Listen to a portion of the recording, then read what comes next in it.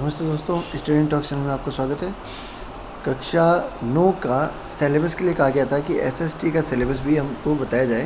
तो देखिए, एसएसटी का सिलेबस क्या बड़ा लेंथी होता है। वैसे जनरली इसमें क्या होता है, सारे टॉपिक डाले जाते हैं।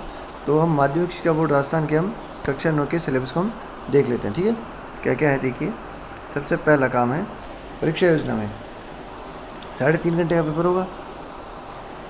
ठीक है, एक ही पेपर होगा, सोम का और पूर्णांक भी 100 है। ठीक है, आपको पासिंग मार्क्स चाहिए 33, चलिए 36। आप देखते हैं क्या क्या है अपने चैप्टर वाइज।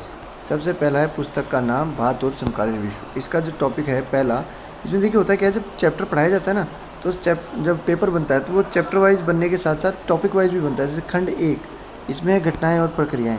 घटनाएँ कौन कौन सी हमारी बुक में वो देख लेते हैं। पहला चैप्टर इसके अंदर है जिसमें हमारे को है फ्रांसीसी क्रांति के ऊपर बात की गई है। ओके, फ्रांसीसी क्रांति का जो चैप्टर है, उसके बाद हमारा हो गया 6 नंबर का। ओके, उसके बाद हमारा फ्रांसीसी क्रांति में क्या क्या है। 18वीं सदी के उत्तरार्ध में फ्रांस समाज क्रांति की शुरुआत, फ्रांस में राजतंत्र का उन्मूलन और गणतंत्र की स्थापना, क्या महिलाओं के लिए भी क्रांति हुई, दास प्रथा का उन्मूलन, क्रांति और रोजाना की हिंदी। अब देखिए, इसमें मोटा मोटा सारे टॉपिक इन्होंने डाल दिए हैं चैप्टर के। तो आप क्या कर सकते हैं कि जो जो ये टॉपिक यहाँ पे डाले हुए हैं उनसे रिलेटेड डायरेक्ट प्रश्न आप देख लीजिए। जैसे दास प्रथा का उन्मूलन किस प्रकार हुआ, इसे समझाइए, ये चीज़ें आप पढ़ सकते हैं। फ्रांस में राजतंत्र का उन्मूलन और गणतंत्र की स्थापना के बारे में प्रश्न आ सकता है। क्रांति की शुरुआत किस तरह से हुई, ये पूछा जा सकता है। दूसरा हमारा अध्याय है रूप में समाजवाद और रूसी क्रांति। ठीक है, यूरोप आप जान ही रहे, हमारा जो महाद्वीप है यूरोप, उस पूरा महाद्वीप उसके अंदर आ गया है। और दूसरा रूसी क्रांति, ये हमारा अध्याय 2 में है। ये हमारा है चैप्टर 7 नंबर का। ओके, इसमें है सामाजिक परिवर्तन का युग, रूसी क्रांति, पेत्रोग्राद के में फरवरी क्रांति, अक्टूबर के बाद क्या बदला, और रूसी क्रांति और सोवियत संघ का वैश्विक प्रभाव। अब हम आ जाते हैं चैप्टर नंबर 3 पे। चैप्टर नंबर 3 है जो हमारा है 6 नंबर का, नाज़ीवाद और हिटलर का उदय। चैप्टर में टॉपिक है वामर गणराज्य का जन्म, हिटलर का उदय, नाज़ियों का विश्व दृष्टिकोण, नाज़ी जर्मनी में युवाओं की स्थिति, आम जनता और मानवता के खिलाफ अपराध। अब हम आते हैं खंड 2 में। खंड 2 जो है उसमें हमारा जो चैप्टर है वो रिलेटेड है हमारे जीविका, अर्थव्यवस्था और समाज से। तो जीविका, अर्थव्यवस्था और समाज में क्या क्या है।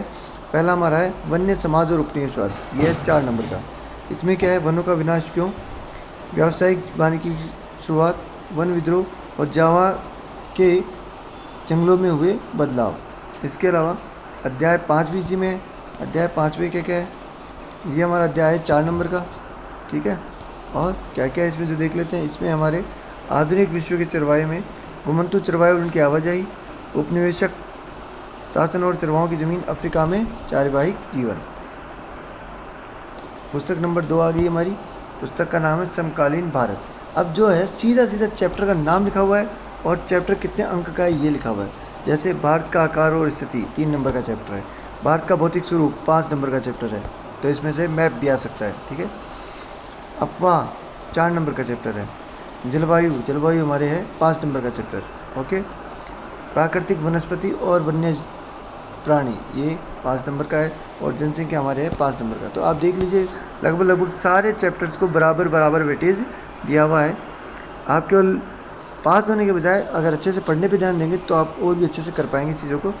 अगली पुस्तक हमारी लोकतांत्रिक राजनीति भाग 1, ये एक है। फिर अपने 10th में भाग 2 आएगी, तो इसलिए इसको ढंग से पढ़ना ज़रूरी है।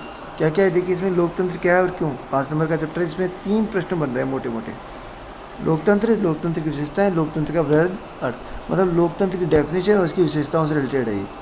फिर भारत का संविधान निर्माण, और संविधान निर्माण में केवल 2 ही, एक तो दक्षिण अफ्रीका का संविधान निर्माण और एक भारतीय संविधान का निर्माण। तो ये बहुत ही ज़रूरी चैप्टर है अपने यहाँ भारतीय संविधान का। ये हमारे 6 अंक का चैप्टर है।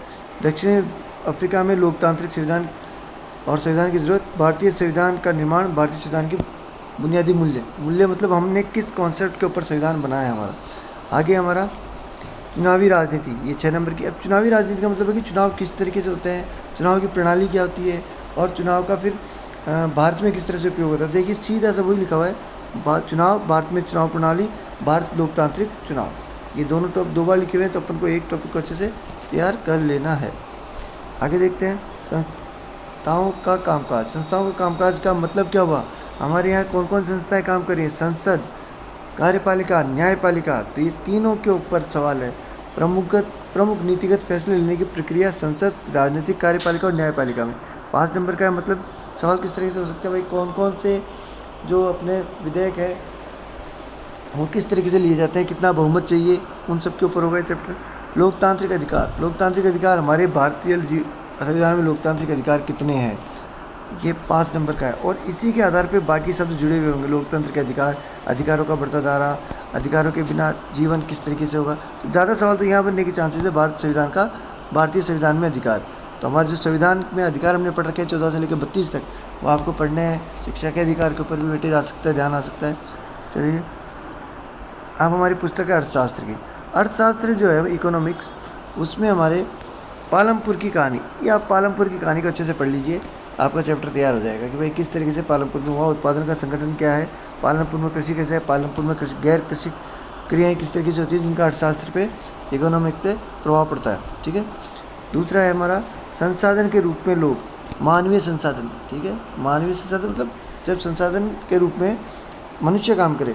इसमें क्या क्या है, इसका चैप्टर का परिचय, पुरुषों और महिलाओं द्वारा आर्थिक क्रियाकलाप, जनसंख्या की गुणवत्ता, शिक्षा, स्वास्थ्य एवं बेरोजगारी। ये हमारे 5 नंबर का चैप्टर हो गया है। अगला देख लेते हैं। अगला है हमारा निर्धनता एक चुनौती। निर्धनता के ऊपर है परिचय। निर्धनता के 2 विशिष्ट मामले, शहरी और ग्रामीण निर्धनता। ये अच्छा टॉपिक हो गया है, यह अपन को तैयार कर लेना है। सामाजिक वैज्ञानिकों की दृष्टि में निर्धनता, निर्धनता के अनुमान, असुरक्षित समूह, अंतर्जातीय असमानताएं, वैश्विक निर्धनता परिदृश्य, निर्धनता के कारण, निर्धनता निरोधी उपाय एवं भावी चुनौती। ये हमारे 6 नंबर के। इसमें हमारी जो योजनाएं हैं निर्धनताओं को निरोध करने वाली, वो क्या क्या है, उसके ऊपर भी सवाल बन सकता है। अब हम देख लेते हैं चैप्टर नंबर 4 में क्या नंबर का। चैप्टर नंबर 4 हमारा 5 नंबर का क्या क्या है इसमें। इसमें है भारत में खाद्य सुरक्षा। भारत में खाद्य सुरक्षा से अभिप्राय, बफर स्टॉक, सार्वजनिक वितरण प्रणाली, सहकारी समितियों की भूमिका। तो ये हमको सहकारी समितियों की भूमिका के ऊपर ध्यान देना है और सार्वजनिक वितरण प्रणाली पर ध्यान देना है। ये चैप्टर नंबर 4 हो गया है। और इस तरीके से हमारा पूरा जो है समेकन कर लिया है हमने पूरे टॉपिक्स का। तो आप अच्छे से सभी को देखेंगे। ये सिलेबस माध्यमिक शिक्षा बोर्ड की साइट पे भी आपको मिल जाएगा। ठीक है, तो आप चाहें तो माध्यमिक शिक्षा बोर्ड की साइट से भी इसको देख सकते हैं। बाकी जो मोटी बात है वही यही है कि अभी का पढ़ा हुआ आपके बाद में बहुत काम में आने वाला है। SST बहुत ही इम्पोर्टेंट वेटेज रखती है, बहुत ही इम्पोर्टेंट है आगे कंपटीशन एग्ज़ाम में, 10th के एग्ज़ाम में, 12th के एग्ज़ाम में भी। तो आप अच्छे से पढ़िए। फिर मिलेंगे। वीडियोस कम से कम देखिए, मोबाइल कम से कम चलाइए। कम मोबाइल चलाएंगे तो पढ़ाई में ध्यान रहेगा, एकाग्रता बढ़ेगी। फिर मिलेंगे नेक्स्ट वीडियो में। Thank you. क्लास 9 से रिलेटेड और कोई वीडियो आपको चाहिए हो तो आप कमेंट बॉक्स में लिखकर बताएं कौन सा वीडियो आपको चाहिए। ठीक है, थैंक यू।